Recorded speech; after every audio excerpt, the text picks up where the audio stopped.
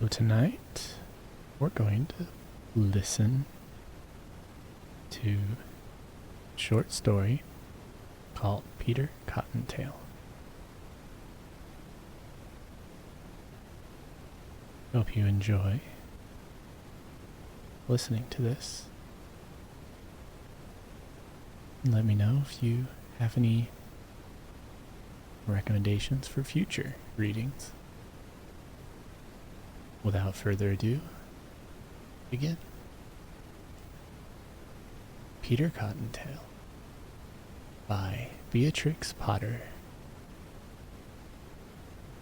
Peter squeezes under the gate. Once upon a time, there were 4 little rabbits, and their names were Flopsy, Mopsy, Cottontail, and Peter.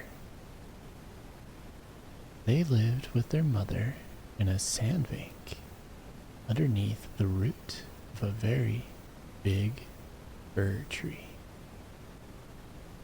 "Now, my dears," said old Miss Rabbit one morning, "you may go into the field or down the lane, but don't go into Mr. McGregor's garden.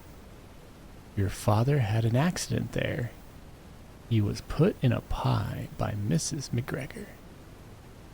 Now run along and don't get into mischief. I am going out." Then old Miss Rabbit took a basket and her umbrella to the baker's. She bought a loaf of brown bread and 5 currant buns. Flopsy, Mopsy, and Cottontail, who were good little bunnies, went down the lane to gather blackberries. But Peter, who was very naughty, ran straight away to Mr. McGregor's garden and squeezed under the gate. First, he ate some lettuces and some French beans. And then he ate some radishes. And then, feeling rather sick, he went to look for some parsley. But round the end of a cucumber frame, whom should he meet but Mr. McGregor? Mr. McGregor was on his hands and knees, planting out young cabbages, but he jumped up and ran after Peter, waving a rake and calling out, "Stop, thief!" Peter was most dreadfully frightened. He rushed all over the garden, for he had forgotten the way back to the gate. He lost one of his shoes among the cabbages, and the other shoe amongst the potatoes.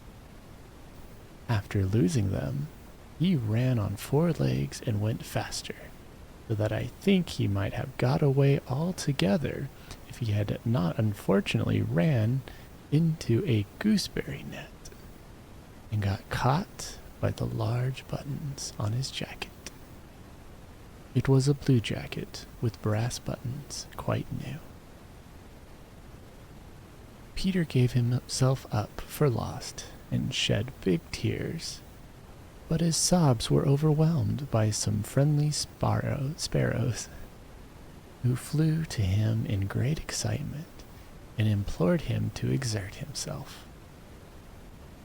Mr. McGregor came up with a sieve, which he intended to pop upon the poor Peter, but Peter wriggled out just in time, leaving his jacket behind him, and rushed into the tool shed and jumped into a can.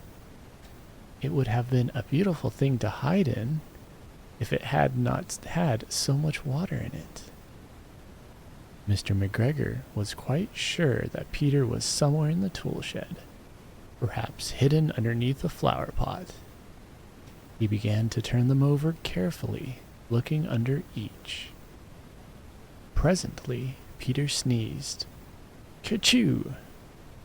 Mr. McGregor was after him in no time, and tried to put his foot upon Peter, who jumped out of a window, upsetting 3 plants. The window was too small for Mr. McGregor, and he was tired of running after Peter. He went back to his work.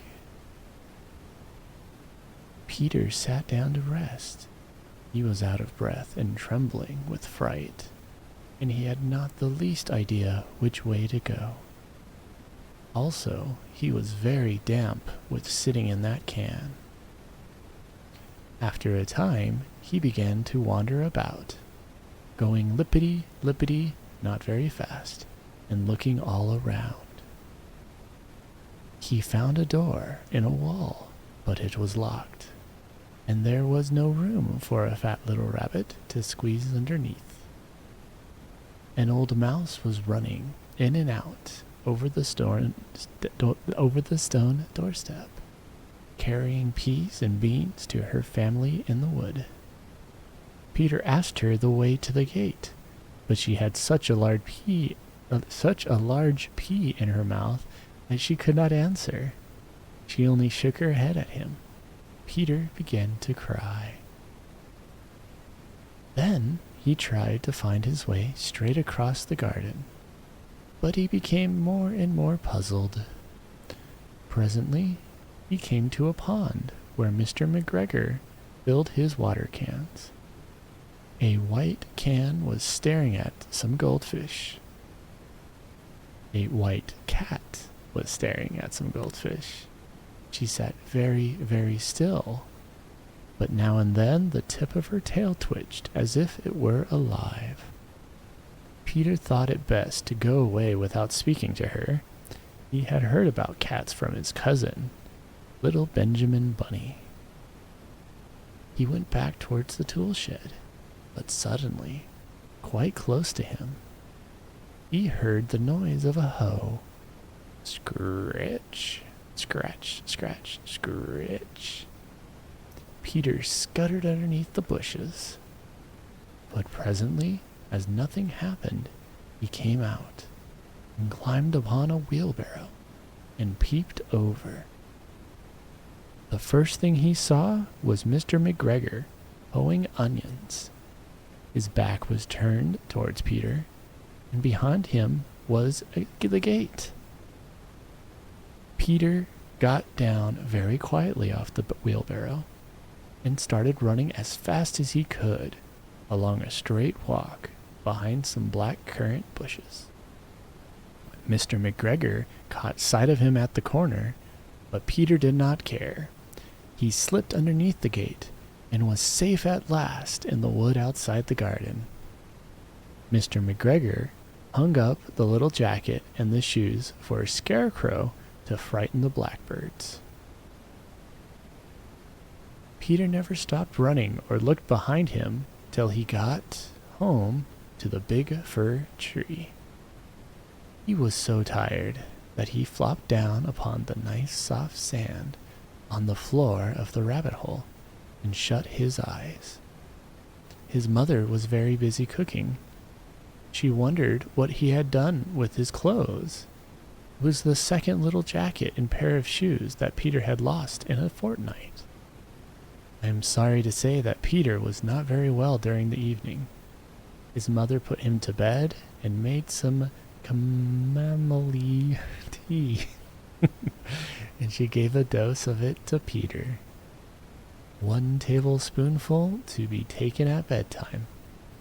But Flopsy, Mopsy, and Cottontail had bread and milk and blackberries for supper. The end. Well, I hope you enjoyed this short story of The Tale of Peter Rabbit, and I'll be doing more later. We'll just keep these short little streams, and I'll upload them to YouTube. If you're watching it on YouTube, hope you enjoyed. Expect more to come. Goodbye.